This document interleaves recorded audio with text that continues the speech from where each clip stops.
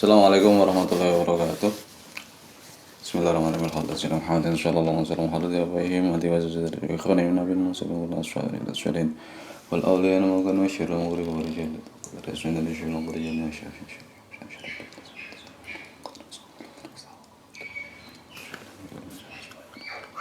semua kita ini mutnazana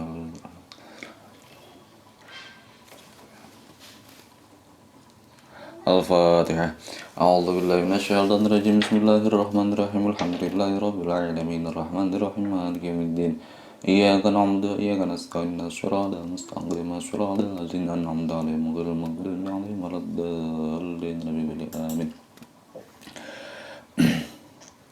Bismillahirrahmanirrahim. Fa'an Ummi Athiyyah radhiyallahu ta'ala anha qalat nuhina 'an ittiba'il janaiz wa lam yu'zam alaina. Bismillahirrahmanirrahim. Wa'an Ummi Athiyyah, dan dari Ummi Athiyyah radhiyallahu ta'ala anha qalat, berkata sapa Ummi Athiyyah, nuhina, dilarang atau dicegah sapa kita an ittiba'il janaiz, saking atau dari mengiringi atau menyertai jenazah, pira-pira jenazah, walam yu'zam, dan tidak dimaksud, tidak dituju sapa alaina kita, larangan terhadap mengiringi jenazah bagi perempuan ya. Yadul al-hadis ala annahu yukrahu lil mar'ah tangzihan ittiba'ul janaiz.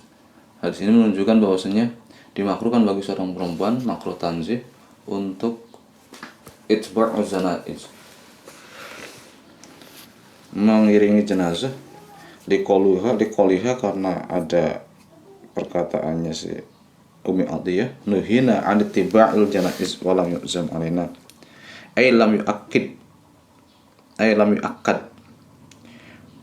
larangannya tersebut tidak begitu keras, makanya larangan itu bersifat makruh saja, enggak sampai haram.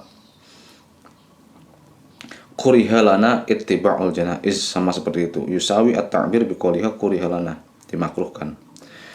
Nah, ini juga pendapatnya mayoritas ahli ilmi.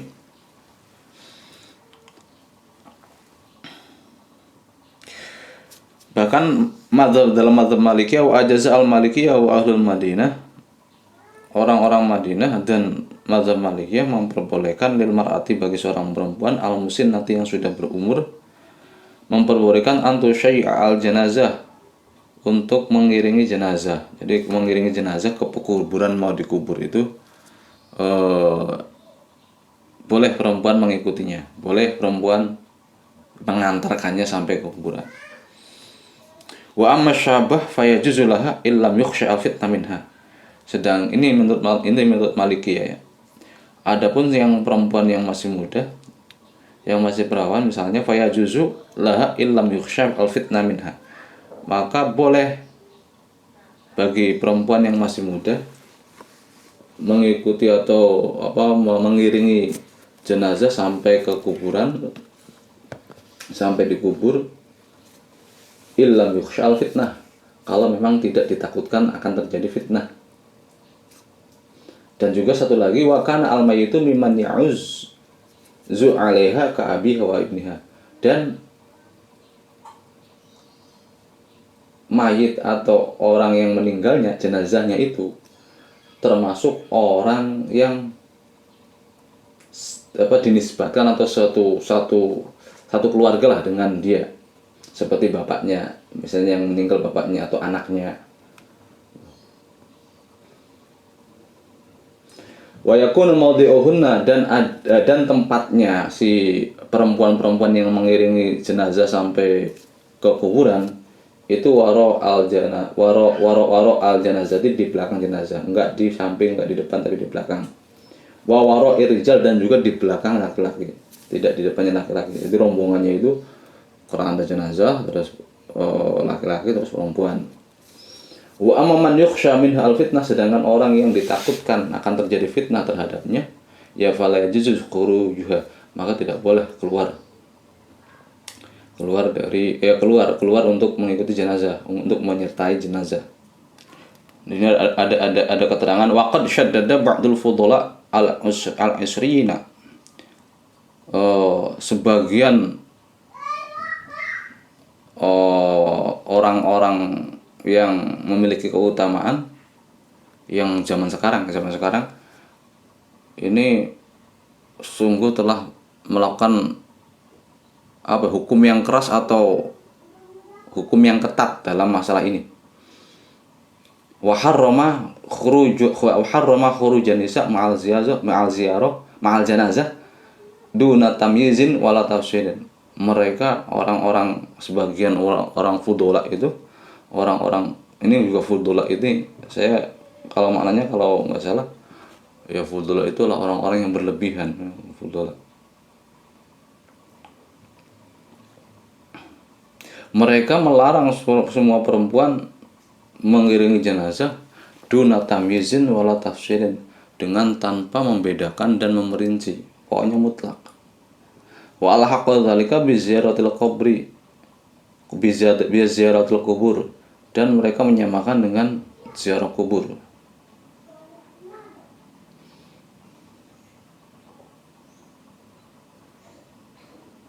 Wal ajib annahu qala wa amma qawluha wa lam yu'zam alaina fa huwa ra'yun laha. Yang paling mengherankan orang-orang yang berlebih-lebihan dalam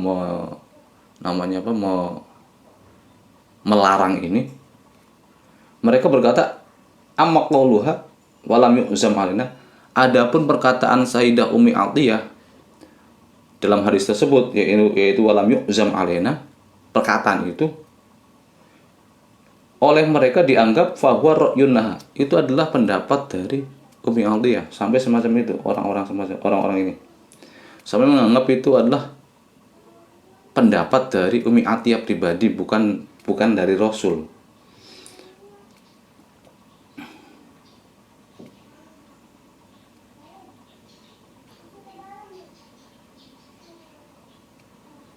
Jadi ada beberapa orang yang sangat berlebihan ketika melarang perempuan untuk mengiringi jenazah dan disamakan dengan berziarah kubur.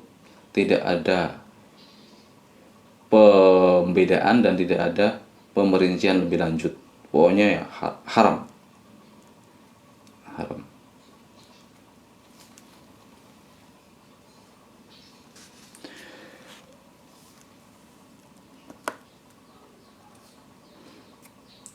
Qulna wa kaza man la tadbatu nafsuha minas syiyahi wan nawahi wa raf'is shaut bil buka. Begitu pula orang-orang yang tidak bisa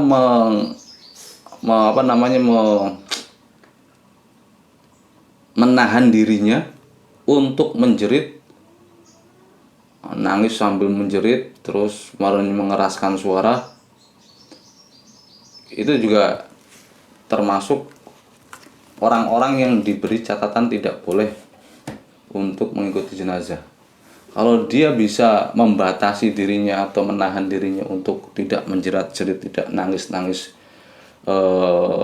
histeris, maka ya silakan kalau dia bisa membatasinya. Tapi kalau nggak bisa membatasi, nggak bisa menahan untuk semacam itu, ya jangan mengiringi jenazah.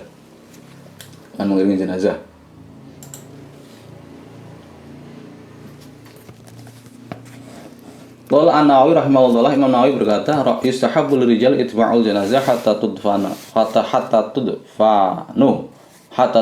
wa hadza mujma' alaih lil hadis as-sahihah wa amma an-nisa'u fa yukrahu lahunna ittiba'uha. Sedang bagi laki-laki sunnah untuk mengiringi jenazah sampai dikubur. Sedangkan kalau perempuan itu dimakruhkan untuk mengikutinya. Tapi walam yuhram, dan tidak juga diharamkan.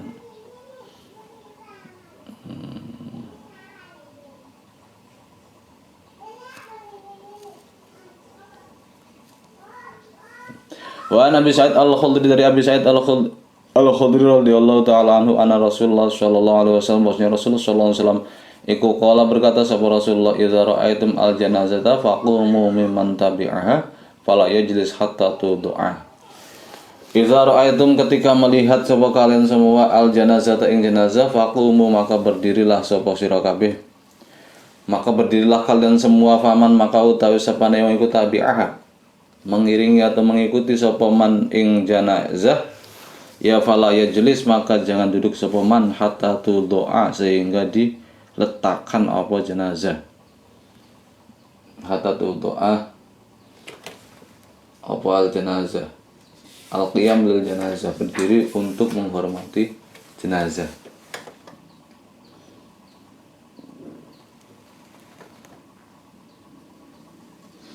Qala al-Imam Asy-Syafi'i wa hadza asahhu syai'in fi hadzal bab wa hadzal hadits nasikhun lil awal.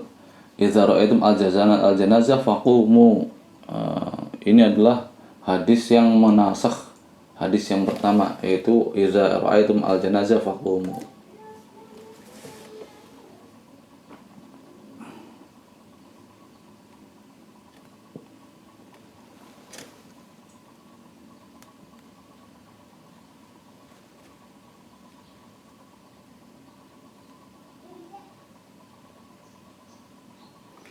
Sunnah wala siman annahu lam yatin nafi anil qiyam fayakunu taqul qiyam li bayani jawaz liqani mustahaban la wajiban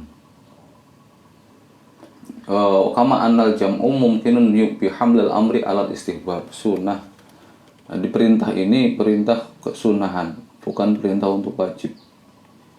Itu wajib karena ada hadis yang lain qoma Rasulullah summa qa'ada.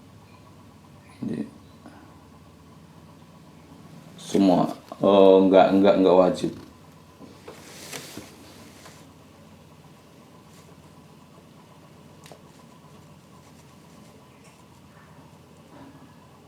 Wa man tabi'a fala yajiz hatta tudhu yadullu ala wujubil qiyam ala man yattabi'u al-janazah hatta tudhu wa qad fusira hadza bi an tudhu an a'naqir rijal.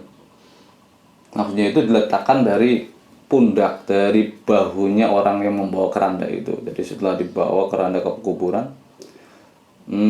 disunahkan untuk berdiri, jangan duduk dulu sampai jenazah atau keranda itu dilepaskan atau diturunkan dari bahu, dari pundaknya orang yang membawanya.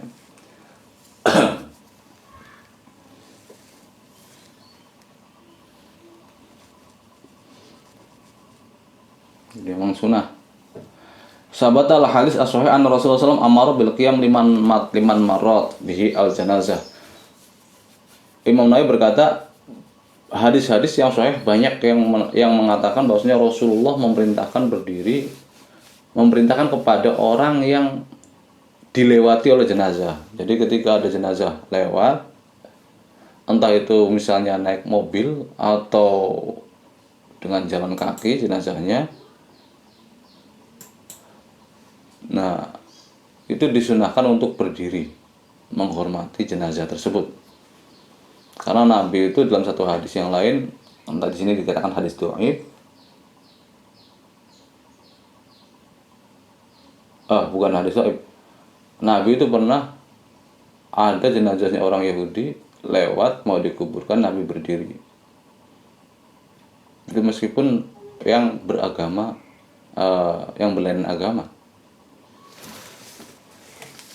Hatta takhlufahu wa amaru sampai meninggalkan atau tidak terlihat lagi. Wa amaru man tabi'ahu, dan Rasulullah memerintahkan orang yang mengikuti jenazah, mengiringi jenazah tersebut, alla yaquda indal qabri hatta tudoa. Ketika sampai di pemakaman atau pekuburan, orang yang mengiringinya jangan cari tempat duduk dulu, tapi nanti dulu kalau kerandanya sudah diletakkan, ditaruh di tanah, baru mereka duduk, mereka cari tempat duduk.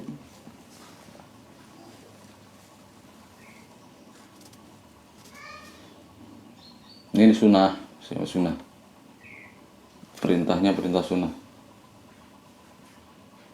Wa an Abi Ishaq dari Abi Ishaq radhiyallahu ta'ala anna Abdullah, bahwasanya Abdullah bin Yazid iku adkhala memasukkan sapa Abdullah bin Yazid al-mayita ing mayit min qibali rijlil qabri, memasukkan ke dalam kuburannya bin qibal rijlayil qabri, dari arah kakinya kuburan. Kakinya kuburan. Jadi kakinya kuburan kalau di Indonesia menghadap kemana? Menghadap ke utara. Berarti kepalanya di utara, kan kakinya di selatan. Berarti diletakkannya di selatan kerandanya. Waqala, dan berkata sapa Abdullah bin Yazid, berkata, haza utawi iki adkhala al mayit min qibali rijlail qabri, iku minas sunnah, di antara apa yang dilakukan oleh Nabi, kesunahan Nabi. Akhrajahu, meriwayatkan hadis sapa Abu Daud, Imam Abu Daud. Wa an Ibnu Umar, dari Ibnu Umar radhiyallahu taala anhuma. Satu lagi, wa an Ibnu Umar, dari Ibnu Umar radhiyallahu taala anhuma. Anan Nabi, dari Nabi sallallahu alaihi wasallam, qala dawu sapa kanjeng Nabi, idza wada'tum, ketika meletakkan sapa sira kabeh, ketika kalian meletakkan mautakum ing orang meninggal kalian, fil kubur, ing dalam kubur, faqulu, maka katakanlah sapa sira ketika kalian letakkan, angkat dari keranda lalu diletakkan di dalam kubur, ucapkanlah bismillahi wa ala millati rasulillah. Bismillahi wa ala millati rasulillah. Akhrajahu, meriwayatkan hadis sahih Imam Ahmad wa Abu Daud, dan Imam Abu Daud wa Nasa'i wa sahahu, dan menyahihkan hadis sahih Ibnu Hibban wa alahu, dan mengilati ing hadis sahih Daruqutni bil waqfi, dengan mauquf.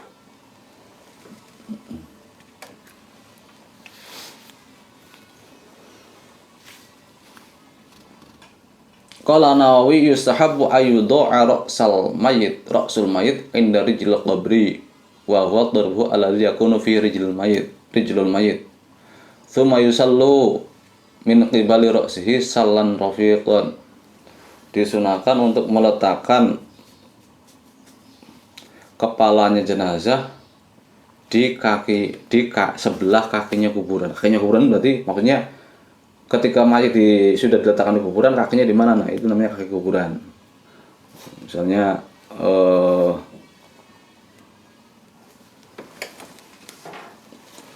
ini kepala, ini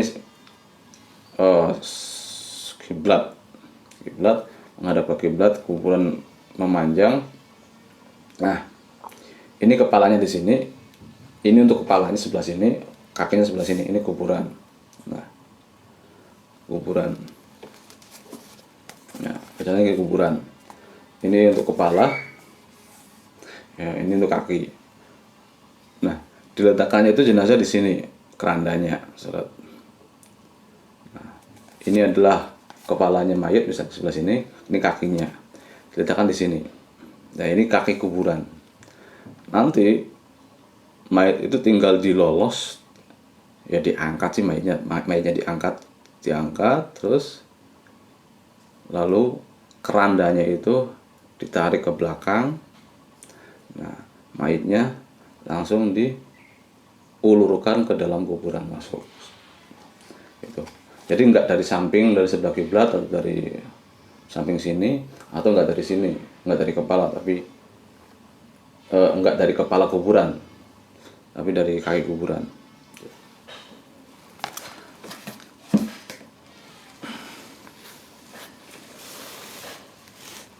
Wa yustahabu ayyaqul alladhi yudkhiluhu al-qabra inda idkhalihi al-qabra bismillahi ala millati rasulillah. Dan disunahkan pula bagi orang yang memasukkan mayat tersebut, jenazah tersebut ke kuburan, ketika memasukkannya mengucapkan bismillahi wa ala millati rasulillah sallallahu alaihi wasallam, au ala sunnati rasulillah, bismillahi wa ala sunnati rasulillah, atau bismillahi wa ala millati rasulillah. Bisa dua.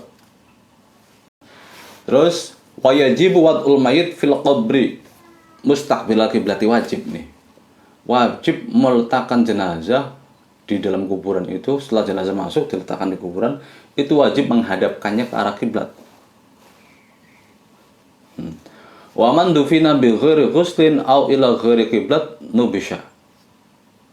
Mayit jenazah yang dikuburkan dengan tanpa dimandikan, au ila ghairi kiblati, atau dikuburkan tapi tidak dihadapkan ke arah kiblat, ya nubisha, maka harus digali lagi kuburannya. harus digali lagi. Itu ya kalau jenazahnya masih utuh, masih belum berubah. Tapi kalau ya berubahnya bagaimana taunya ya, dari ya perkiraan saja dari orang-orang yang sudah biasa melakukan pekerjaan itu, dari para ahlinya. Kira-kira 2 minggu jenazah kuburan sudah busuk belum? Misalnya kata ahlinya, wah belum, ya berarti silakan digali. Tapi kalau ahlinya 2 minggu mah sudah busuk, ya sudah nggak usah digali, nggak usah digali.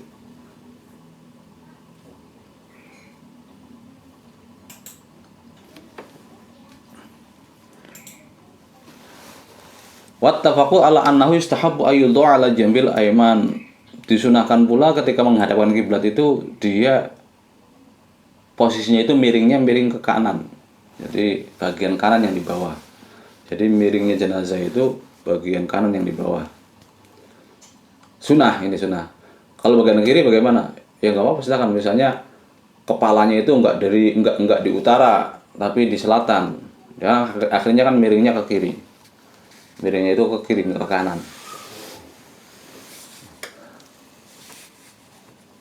Wa yusahabu ayusadda ra'sahu labanatan. Kemudian disunahkan untuk kepalanya itu dibantali dengan labinah atau dengan batu, bukan batu bata mentah. Bukan batu bata yang sudah dibakar, batu bata mentah. Ya kalau batu mentah ya tinggal dibuatkan bulatan tanah lalu dibuatkan bantalan. Al hajaron atau batu kalau enggak gitu. Al nahwihima.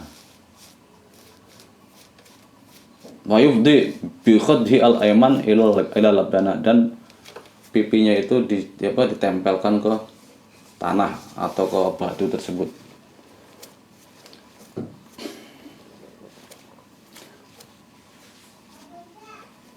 Kemudian jadi dibantali batu atau tanah, kemudian bagian belakangnya kan miring gitu. Bagian belakangnya itu diganjel dengan wa yustahabu ayyaj'ala khalfahu syai'an min labanin aw ghairihi.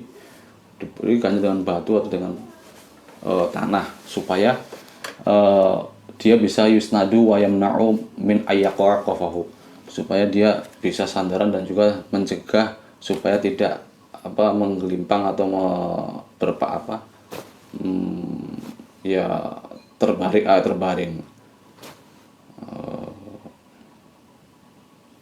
supaya bisa miring. Kalau nggak diganjel kan nanti dia akan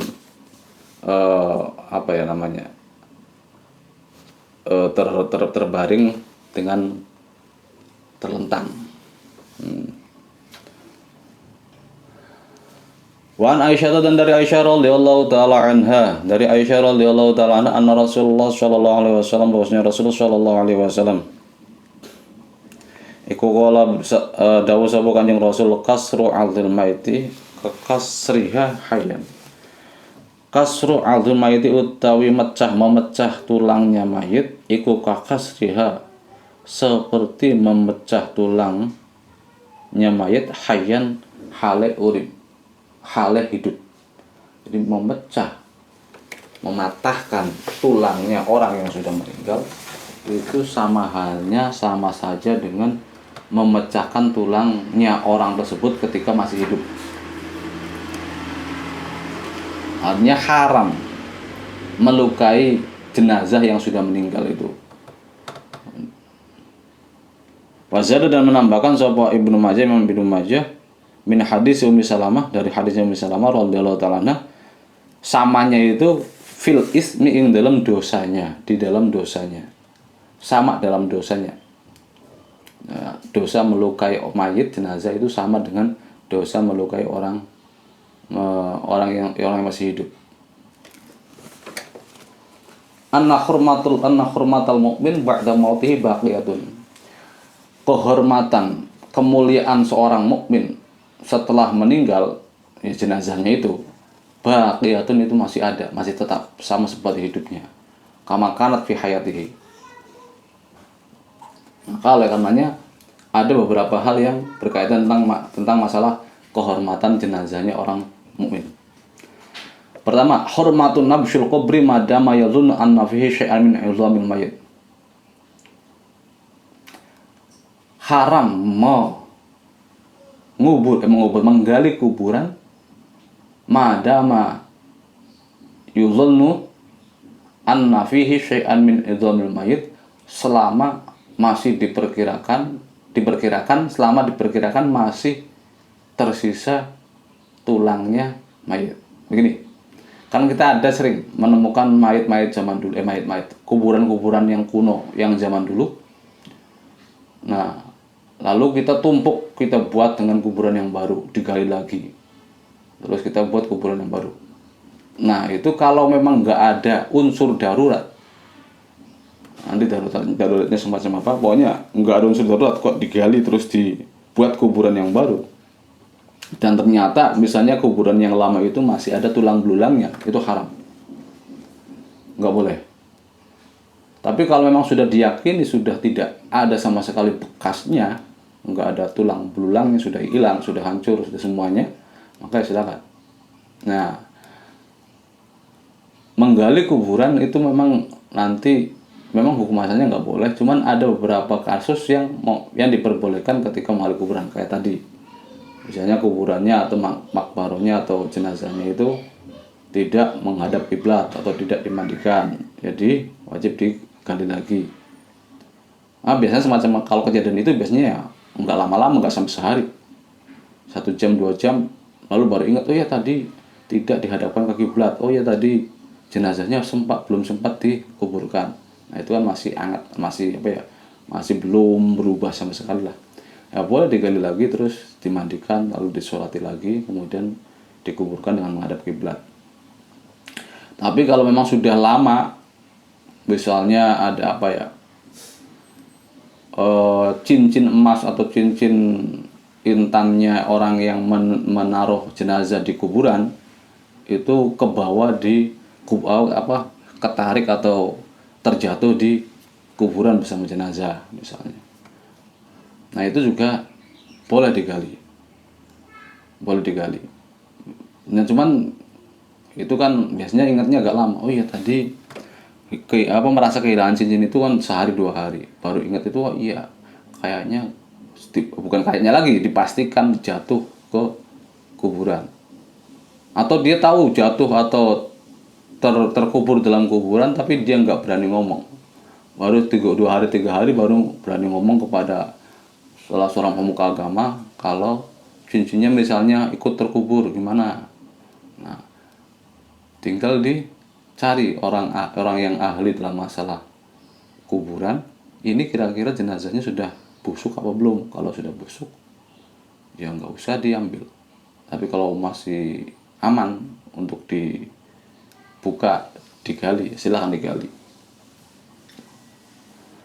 Atau misalnya jenazahnya atau kuburannya itu sudah lama, kuburan lama, terus lahan perkuburan itu sempit, itu tidak memungkinkan untuk membuka lahan yang baru misalnya, maka ya boleh menggunakan kuburan yang lama, tapi selama tidak ada tulangnya di sini. Yang kedua, karena kehormatan, kemuliaan dari kuburan dari mayit atau jenazahnya orang mukmin itu sama seperti keadaan hidupnya. Yang kedua adalah hurmatu izalatul qabri an maudhihi. Haram menghilangkan kuburan dari tempatnya, memindahkan kuburan dari tempatnya. Jadi dipindahkan kuburannya, menghilangkan kuburan. Ini menghilangkan atau memindahkan ya sebenarnya. Ma'adama fi syai'un min 'idhamil mayit, selagi masih ada tulang belulangnya. Wa in syukka fi dzalik, kalau memang diragukan tentang ada dan tidaknya tulang belulangnya itu, masih ada enggak tulang belulangnya, itu diragukan, ya ruji'a ila ahli khibrah, maka dikembalikan kepada orang yang ahli dalam masalah ini. Jadi ditanya orang yang ahli dalam masalah kuburan. kira-kira tulangnya masih ada enggak, sudah berapa tahun. Fa in hufira ba'da zalika, apabila digali setelah mendapatkan pencerahan dari ahli tersebut, ternyata wa wujida fihi idhaman, dan ternyata dia menemukan tulang belulang di kuburannya tersebut, ya dafanaha wa hufira fi makanin akhar, maka ya tutup kembali dan silakan gali di tempat yang lain. Karena hadis ini. Nah, ini hukum asalnya ya. Belum nanti karena faktor eksternal, misalnya faktor kenapa kok dipindah, karena untuk wasiat atau apa, nanti beda lagi. Ini hukum asalnya semacam itu, tidak boleh dipindah, tidak boleh dihilangkan. Yang ketiga, yahrumu murur thariq alal qubur, haram melewati membuat jalan di atas kuburan. Lianna hadza imtihanun ilal amwat, karena ini melecehkan orang yang meninggal. Dulu tahun 2000 atau 2001 ya, 2000 berapa ya? Tahun 2006 atau 2007 atau 2008-an sekitar segitu. Jalan tol Cipali itu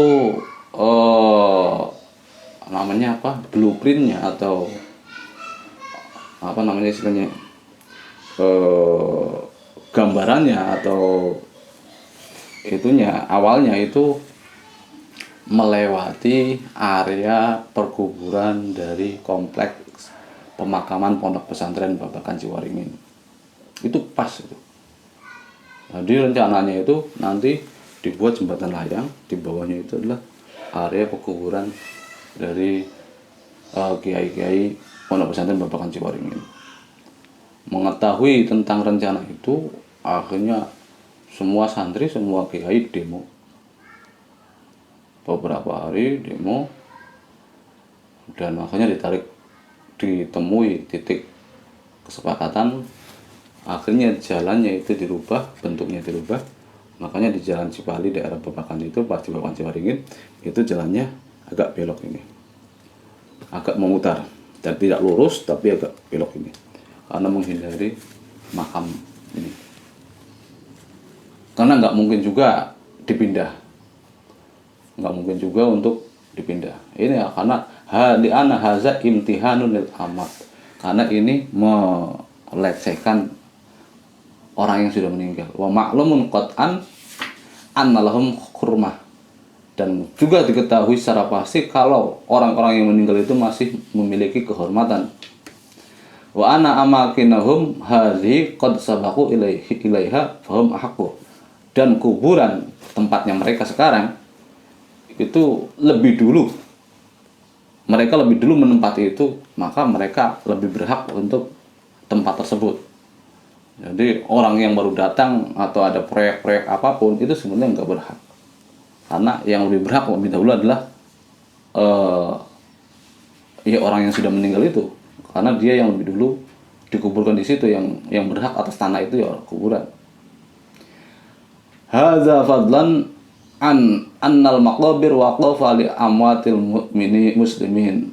Apalagi kalau kuburannya itu adalah kuburan yang bersifat tanah wakafan. Hampir semua kuburan di kita kuburan tanah wakaf.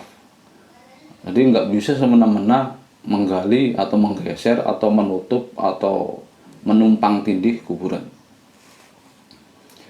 Wala yajuzu taghyiru syartil waqif, tidak boleh merubah syaratnya orang yang mewakafkan.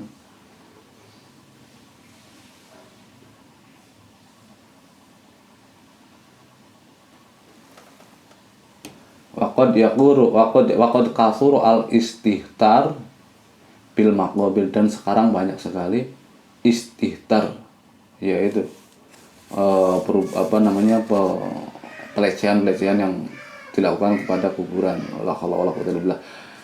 Yahrumu kaslu adzul mayit, haram memecahkan tulangnya mayit, kama yahrumu kaslu adzul hayy, sebagaimana haramnya memecahkan atau mematahkan tulangnya orang yang hidup. Lakin la yajibu fihi dhaman, akan tetapi tidak diwajibkan membayar dhaman. Kalau orang hidup kan kita wajib membayar denda, dhaman.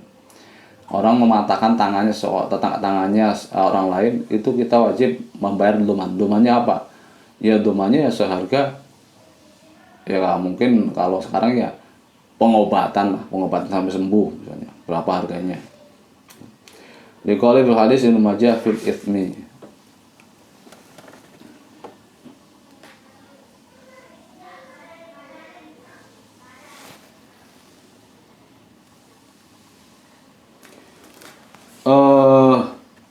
Dari hadis ini menampakkan, memberitahukan tentang tidak bolehnya tashrihi jithatil mayit kalau da'at li dzalik hajatul ilmi awil amal.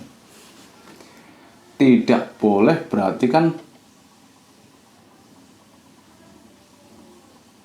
sekarang sih kayaknya sekarang masih ada orang-orang kedokteran itu tidak boleh membedah otopsi, membedah jenazah atau tubuhnya mayit. Memecah tulangnya mayit, tulangnya jenazah sama dengan memecah tulangnya, mematahkan tulangnya orang hidup dalam hal dosanya. Nah, sekarang misalnya keperluannya otopsi polisian atau keperluannya adalah praktek kedokteran.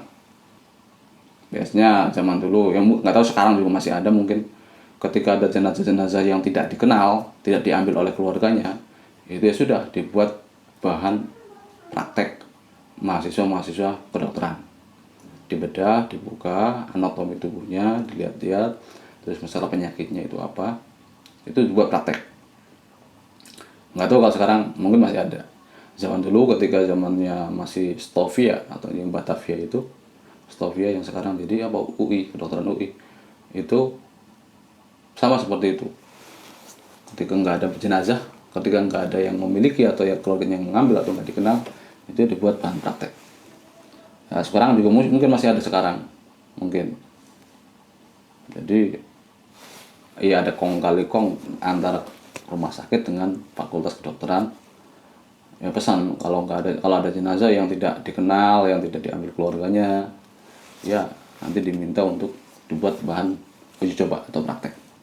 Nah, hadis ini sekilas semacam itu, semutlak itu, tidak boleh haram untuk menggunakan membedah jenazah, baik untuk keperluan ilmiah seperti itu, seperti tabib atau kedokteran, atau kepentingan otopsi polisi. Walau da'at li dzalika hajatul ilmi awil aman, meskipun ada dorongan kebutuhan ilmiah ataupun masalah keamanan.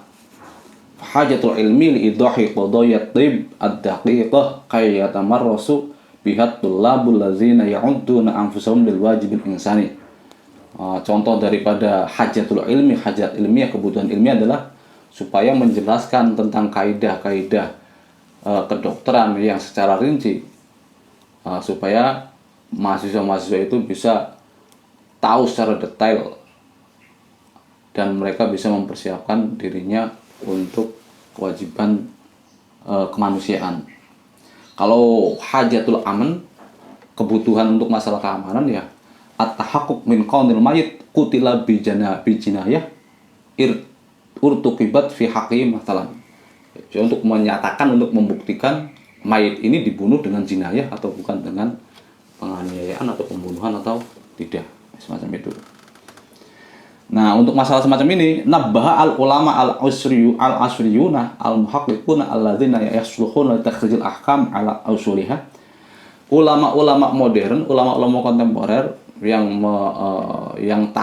muhaqqiq, yang benar-benar mengerti masalahnya, ini mengingatkan ala jawazi fatil jithah, mengingatkan bahwasanya boleh untuk membedah badan atau tubuhnya mayit, mengoperasi atau mengotopsi tubuhnya mayit. li azil aghrad allati zakarna, untuk tujuan yang telah kita sebutkan, yaitu hajatul ilmiah, dan untuk otopsi dan untuk praktek kedokteran dari mahasiswa-mahasiswa kedokteran. Walahum fi dzalika maslakan, dan mereka punya dua cara, dua pandangan. Kenapa kok mereka mengambil hukum boleh untuk membedah jenazah, membedah mayit dalam rangka otopsi? Kenapa kok mereka membolehkan membedah jenazah untuk dalam rangka praktek kedokteran? Al-maslak awal,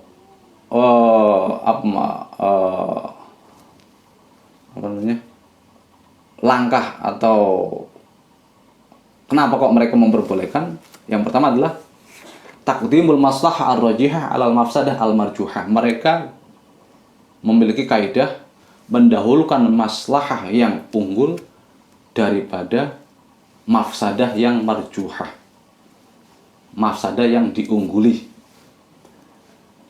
Maslahah yang rajihnya itu apa?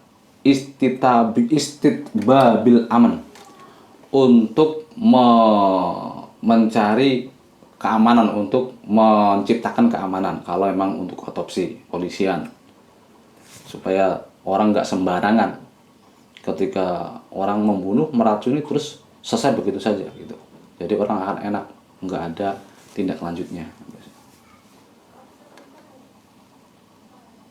Dan juga atau misalnya dengan hajat ilmiah, maslahahnya ya dia akan dengan adanya pembedahan mayat-mayat jenazah itu, orang akan menjadi mahir ketika dalam kenyataannya, misalnya melakukan operasi, sudah tahu lebih dulu, oh letaknya paru-paru di sini, oh letaknya jantung di sini, oh letaknya usus 12 jari di sini. Jadi mereka sudah tahu anatomi tubuh manusia. Gitu. Tahu nyata, nggak hanya boneka-boneka atau patung-patung manikan itu yang biasanya buat pajangan itu. Jadi tahu secara persis. Ini sangat membantu. Wakaza takhriju atibba'i mahirina yudawuna siqlamal mu'talina wa hiya maslahatun dururiyatun amatun. Ini adalah kemaslahatan yang doruri, yang amah. Nah, tuqaddamu al mafsadah al marjuhah. Ini didahulukan daripada mafsadah yang marjuhah. Mafsadahnya apa? Wa hiya at-ta'addi ala kiramatil mayit wa hurmatihi, yaitu ceroboh atau ta'addi atau ceroboh terhadap kemuliaan dan kehormatan mayit. Kehormatan mayit. Terus yang kedua, kenapa kok mereka itu memutuskan untuk memperbolehkan semacam ini, melakukan memperbolehkan otopsi atau melakukan jenazah itu, pembedahan jenazah? Alasan kedua adalah al-amal bi qaidati ma la yatimul wajib illa bi fa wajib. Segala sesuatu yang tidak akan sempurna melaksanakan kecuali dengan melakukan hal lain, maka hal lain itu adalah juga wajib. Belajar tentang masalah tib adalah wajib. Agar kewajiban belajar tib, belajar kedokteran ini sempurna, maka ya mau nggak mau harus tahu dengan anatomi tubuh manusia yang sebenarnya. Maka mengetahui anatomi tubuh manusia itu menjadi wajib. Sama seperti malayatim wajib illa bi fa wajib itu ya, wudu.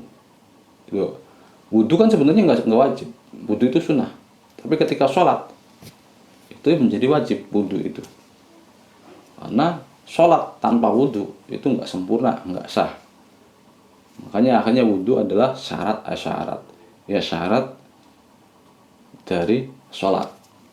Mau nggak mau harus. Tuh. Padahal wudu nggak wajib. Cuman karena dalam rangka sholat, maka menjadi sesuatu yang harus dilakukan. Nah, sama. Membedah jenazah juga nggak wajib. Tapi dalam rangka untuk keilmuan kedokteran yang wajib juga, maka yang akhirnya membedah jenazah itu ya boleh di hadal Quran. Bal yaqad yakun wajiban, bahkan terkadang wajib. Begitu pula dengan tujuan untuk keamanan atau untuk polisi itu autopsi wajib. Kalau memang dengan cara itu kita nggak bisa mengetahui faktor yang bisa menyebabkan dia mati dan bisa mengungkapkan kasusnya.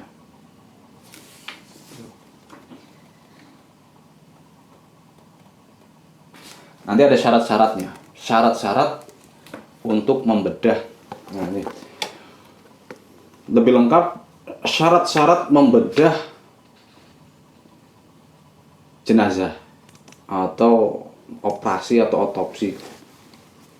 Pertama, tahaqququd darurah ilaihi. Harus ada kondisi darurat yang nyata. Harus memang butuh untuk otopsi atau butuh untuk dibedah. Yang kedua, al-iktisar fit tasyik ala miqdari darurah. Pembedahan itu dicukupkan di area atau di wilayah yang memang penelitian atau otopsi itu dibutuhkan. Misalnya untuk mengetahui apakah dia punya penyakit atau tidak, ya sudah, yang dibedah adalah bagian misalnya lambungnya saja. Enggak usah menjalar ke bagian kepala atau ke bagian kaki. Cukup untuk daerah yang memang dibutuhkan saja. Jangan sampai melebar kemana-mana. Ad-darurah tuqaddiru biqadriha. Karena kaidahnya adalah darurat ya disesuaikan dengan kadarnya.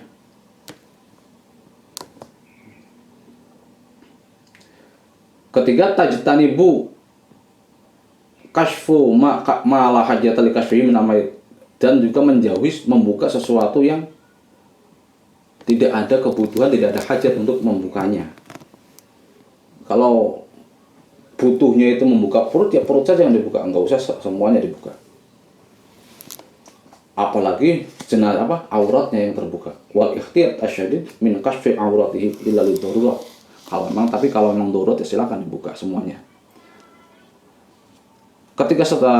Yang keempat syaratnya adalah dafnul jithah bitamamiha ba'da intihai tasyik. Setelah selesai pembedahan, setelah selesai operasi atau otopsi, maka jenazah tersebut harus dikubur secara sempurna. Jangan meninggalkan sesuatu apapun. Misalnya tangannya ditinggalkan atau kepalanya ditinggalkan. Pokoknya semuanya ditinggalkan. Yang kelima, ini yang penting biasanya adalah idnu sahibul jisah bitasrihiha. Ada izin dari keluarga jenazah tersebut untuk membedah atau mengotopsi jenazahnya. Sekarang tentang masalah memindah naqlu juz'in min jismil mayit. Memindah bagian dari tubuhnya jenazah. Li islahi jismil hayyi al muslim al ma'sumid dam al ma'sumid dammu, karena untuk kemaslahatan tubuhnya orang yang masih hidup yang muslim. Orang yang mati lalu misalnya ginjalnya diambil lalu dicangkokkan kepada orang yang hidup.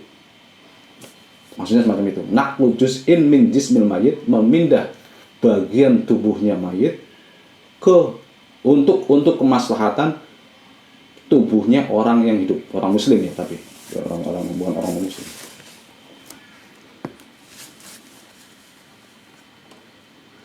Wa wadu'ahu badalan mimma yafqadu al-hayy. Kemudian diletakkan, yaitu dicangkok kepada tubuhnya orang yang masih hidup yang memang tidak ada misalnya ginjal atau hati atau jantung mungkin. Kalau tapi jantung kan biasanya makanya ring, enggak dicangkok. Contohnya mislu naqlul kornea. Contohnya misalnya adalah memindah kornea mata. Wa katsirun jiddan. Ini banyak. Jadi kornea matanya orang yang sudah meninggal itu diambil lalu untuk mengganti kornea orang atau orang-orang yang masih hidup. Li'adatil basyari li ba'din, untuk mengembalikan penglihatan bagi sebagian orang. Li ba'din mimman fuqida hadzal hasah, bagi dari orang yang kehilangan panca indera ini, yaitu penglihatan itu. Atau wanaqlul kuliah,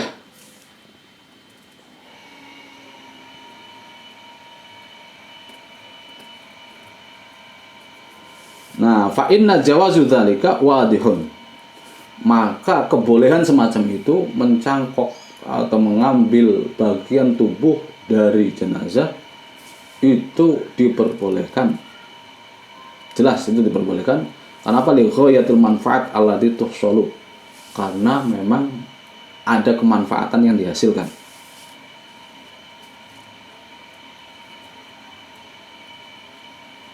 Ini dari orang mati ke orang hidup, tapi dengan syarat semacam tadi, dengan syarat seperti pembedahan autopsi terhadap jenazah harus ada izinnya dari sahibul jitsah. Misalnya sahibul jitsahnya itu ya orang yang ketika dia mati, ketika dia hidup, dia wasiat, saya bukan wakafkan, saya berikan, saya donorkan mata saya donorkan hati saya donorkan ginjal saya ketika saya telah mati, macam itu misalnya. Ada wasiat semacam itu, silakan. Atau izin dari keluarganya atau ahli warisnya.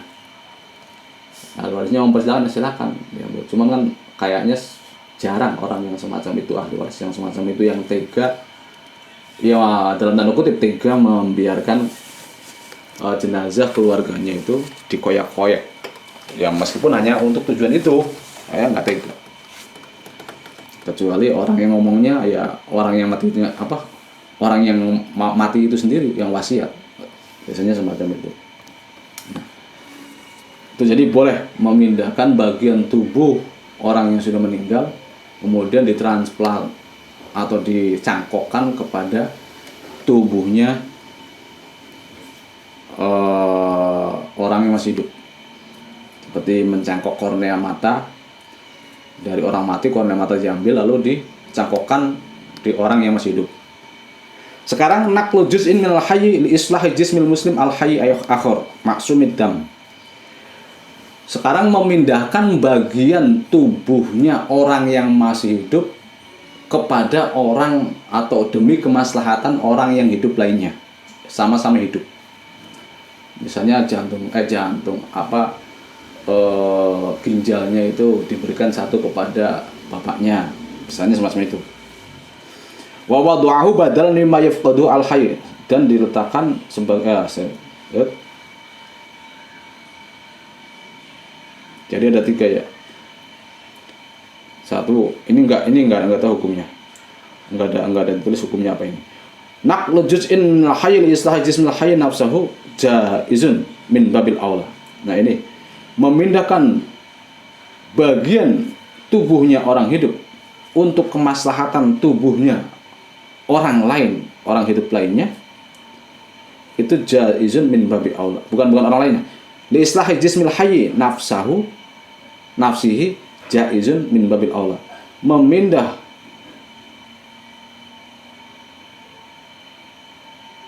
bagian tubuh orang hidup untuk kemaslahatan tubuhnya sendiri.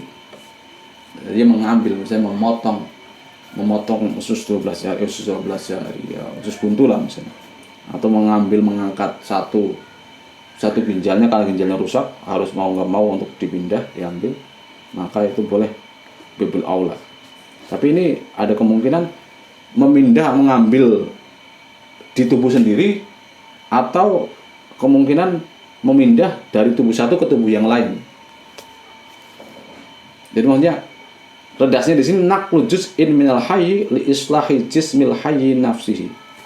Memindahkan bagian tubuh dari orang hidup li islahi jismil hayy, untuk kemaslahatan kebaikan tubuhnya orang hidup. nafsihi, itu sendiri. Jadi untuk kemaslahatan ya orang tadi itu sendiri yang diambil bagiannya. Nah itu boleh min babil aula, bahkan lebih utama. Sekarang persyaratannya apa? Jawazu syurutu jawazi naqlil juz'in minal jism. Persyaratan memindahkan bagian tubuh adalah 1, 2, 3, 4, 5, 6. Ada 6 di sini. Yang pertama, ayakuna al-intifa' lida'id darurah istibqa'i asl hayah awil muhafadzatu ala wazifati asasiyah. Kemanfaatan yang mendorong tindakan semacam itu, pemindahan bagian tubuh itu, kemanfaatannya itu untuk listibqa'i asl hayah, untuk supaya menyambung hidup lah, menetapkan kehidupan pada orang yang dipindahkan, orang yang dipindahi. Misalnya si A kalau ginjalnya nggak ditambah, dia akan mati nggak lama lagi. Maka ada orang yang mendonorkan ginjalnya kepada si A. Nah, itulah intifa, kemanfaatan yang mendorong situasi darurat semacam itu. Tujuannya adalah istibqa'il asl hayah, untuk supaya hidupnya bisa tahan lama atau agak lama. Atau awil muhafadzah ala wazifati asasiyah min wadhaifil jismi kal bashar wa nahwi, atau untuk menjaga kebiasaan-kebiasaan dasar dari tubuh, yaitu seperti melihat, seperti mendengar, macam itu. Jadi memindahkan kornea matanya si B ke si A, karena si A ini kornea matanya sudah rusak, maka dipindahkan dari si B ke si A. Wa tasfiyatud dami minas sumum biwasitatil kulliyah, ataupun transfusi darah untuk membersihkan darah. Ada orang cuci darah membutuhkan darah yang lain. Nah, untuk membersihkan racun-racun dengan dengan metode atau dengan sarana selang atau transfusi darah, itu boleh.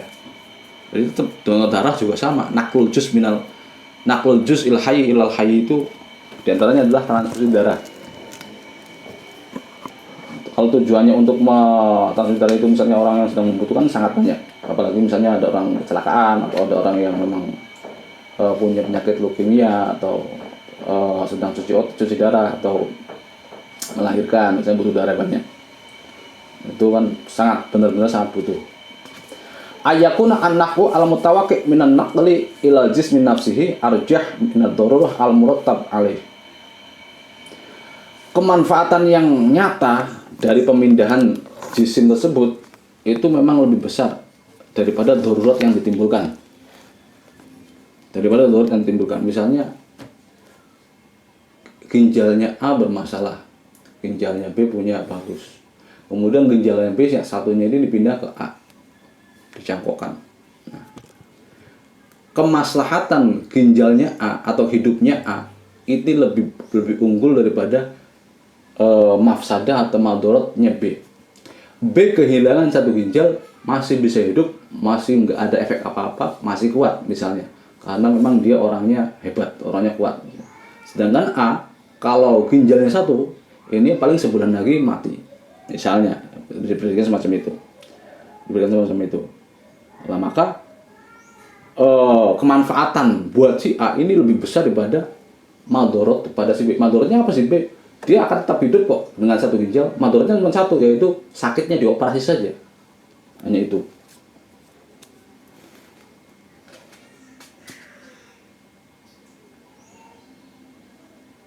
Yang ketiga adalah Allah tatawaqqafu hayatu syakhsi al-manqul minhu juz'un ila jismihi aw ila jismi akhar bil aula ala hadzal juz' al-manqul walau ala sabil dzan.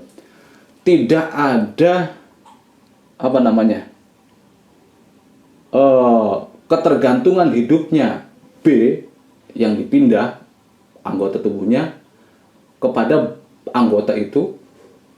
Misalnya si B ini ginjalnya itu cuma satu, kok diambil, ya mati. Makanya hidupnya si B ini tidak tergantung pada anggota yang dipindahkan itu. Misalnya kornea matanya diambil, ini kira-kira hidupnya bisa enggak, atau langgeng enggak, atau masih bisa hidup enggak. Ternyata enggak bisa hidup. Kalau korneanya diambil ya sudah, jangan. Tapi kalau masih bisa hidup ya sudah, silakan diambil terus ditaruh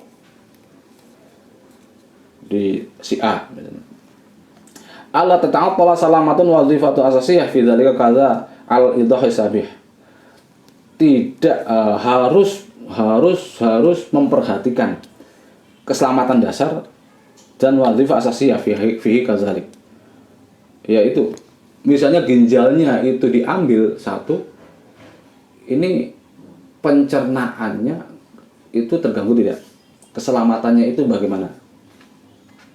Itu harus dipertimbangkan. Kemudian ayyazana al-mayyit bihadzan naqli awarosatihi. Nah ini awarosatahu ba'da mautihi. Harus minta izin ini kalau yang mati. Yang tadi kan yang masih hidup tuh, orang hidup itu rata-rata. Nah, yang syarat yang berikutnya adalah ini bagi yang mati, yang sudah meninggal jenazah. Harus minta izin kepada mayit dengan pemindahan ini. Artinya ketika masih hidupnya, wasiat masih hidupnya, mau meninggal itu mungkin dia wasiat, atau mungkin kita tanya, ini bagaimana Pak kalau Bapak ini ginjalnya masih bagus, bagaimana kalau didonorkan? Nah, kalau dikasih izin ya nggak apa-apa. Terus mati langsung diambil. Atau minta izinnya kepada warosah, ahli warisnya. Setelah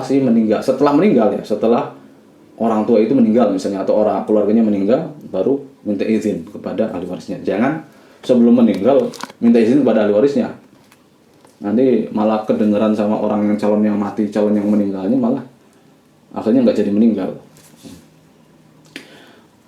Wa in kana majhulan ya'zanu waliul amri. Kalau memang kalau memang jenazahnya itu tidak diketahui, tidak dikenal, tidak identitasnya itu tidak diketahui, nggak ada yang ngambil, udah.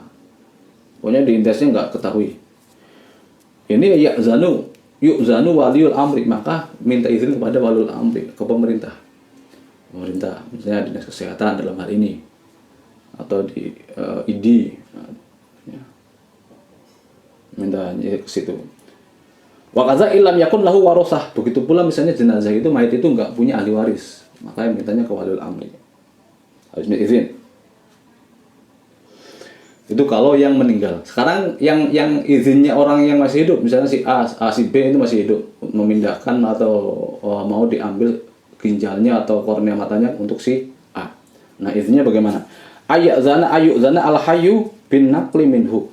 Harus izin kepada orang si B ini untuk memindahkan bagian tubuhnya darinya ma'asa iri syuruti sabiqah iznan nabi'an min dido. Dengan surut-surut sebelumnya, syarat-syarat sebelumnya, syarat yang keempat tadi, 4 syarat tadi, tapi dengan izin yang benar-benar bersumber dari ridho, bukan izin dipaksa, terpaksa. Misalnya diiming-imingi, Pak, ya, tolong donorkan ginjal Tuan, ginjal Bapak, nanti saya ganti deh, misalnya 100 juta misalnya. Itu kan izin yang tidak bersumber dari ridho, tapi karena ada bayaran. Izin yang bersumber dari itu benar-benar ya izin tanpa ada apapun, langsung dia ngomong ke dokter. Misalnya ada orang yang membutuhkan ginjal, dibutuhkan donor ginjal secepatnya. Nah, dia langsung ngomong ke dokter, dokter saya mau mendonorkan ginjal saya untuk bapak itu. Nah, itu benar bersumber dari ridho, tidak ada iming-iming dapat bayaran apa. Laisa muqabilul mal, bukan yang diganti atau ditebus dengan duit. Fa innahu la yajuzu mu'awadatu azza'il insan bil malah bil hal. Karena tidak boleh tukar menukar bagian tubuh manusia dengan harta, dengan duit, dengan benda yang lainnya. Dia jual beli organ tubuh, organ anggota tubuh itu haram. Sawa'un kana hayyan aw maitan, baik orang yang diambil organ tubuhnya itu hidup maupun sudah meninggal. Ketika terjadi jual beli, ya jual beli itu adalah tukar menukar barang. Saya punya ginjal ditukar dengan uang, ditukar dengan mobil, ditukar dengan rumah. Pokoknya dengan ada proses tukar guling. Enggak harus prosesnya jual beli, saya beli, saya jual, enggak. Harus ada muawadoh. Muawadoh itu ya itu tukar guling. Perpindahan atau penyerahan satu barang dengan barang yang lainnya. Dan Wan Sa'id bin Abi Waqqas wallahu a'lam bishawab. Al-Fatihah. A'udzu billahi minasyaitonir rajim. Bismillahirrahmanirrahim. Alhamdulillahirabbil alamin arrahmanirrahim maliki yaumiddin. Iyyaka na'budu wa iyyaka nasta'in. Shiratal mustaqim. Shiratal ladzina an'amta 'alaihim ghairil maghdubi 'alaihim waladdallin. Assalamualaikum warahmatullahi wabarakatuh.